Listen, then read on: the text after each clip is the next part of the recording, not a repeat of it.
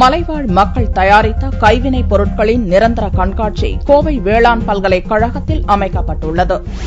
தமிழகம், கேரளா, மத்திய பிரதேசம், ஒரிசா, சத்தீஸ்கர் மாநிலத்தைச் சேர்ந்த மலைவாழ் மக்கள் தயாரிக்கும் கைவினைப் பொருட்களை இடைத்தரகர்களின் இடையூறு இல்லாமல் விற்பனை செய்ய மத்திய அரசின் மலைவாழ் மக்கள் மேம்பாட்டு அமைச்சகம் நடவடிக்கை எடுத்துள்ளது. இதன் ஒரு பகுதியாக கோவை வேளாண் பல்கலைக்கழக வளாகத்தில் மலைவாழ் மக்கள் தயாரித்த கைவினைப் பொருட்கள் கண்காட்சியாக விற்பனைக்கு வைக்கப்பட்டுள்ளன. இந்த நிரந்தர கண்காட்சியில் மூங்கில் பெட்டிகள், வாழை நாரில் தயாரிக்கப்பட்ட பைகள், சணல் பொருட்கள், பித்தளையால் செய்யப்பட்ட கலைநயத்துடன் கூடிய சிற்பங்கள், கத்திகள், கைப்பிடிகள், பானை வகைகள் என 500க்கும் மேற்பட்ட வகையைச் சேர்ந்த பொருட்கள் இடம்பெற்றுள்ளன.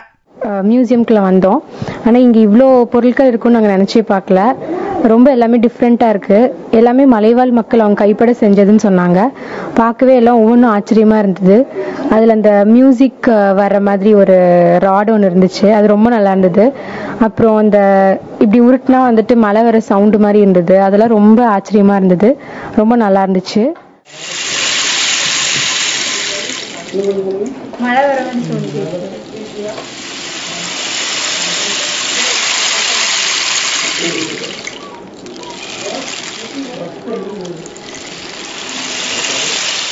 அரசு துறையின் நேரடி கட்டுப்பாட்டில் இந்த பொருட்கள் விற்பனை செய்யப்படுவதால் மலைவாழ் மக்களுக்கு உரிய அங்கீகாரம் கிடைக்கும் என்று கண்காட்சி மற்றும் விற்பனை பிரிவு பொறுப்பாளர் தெரிவித்தார்.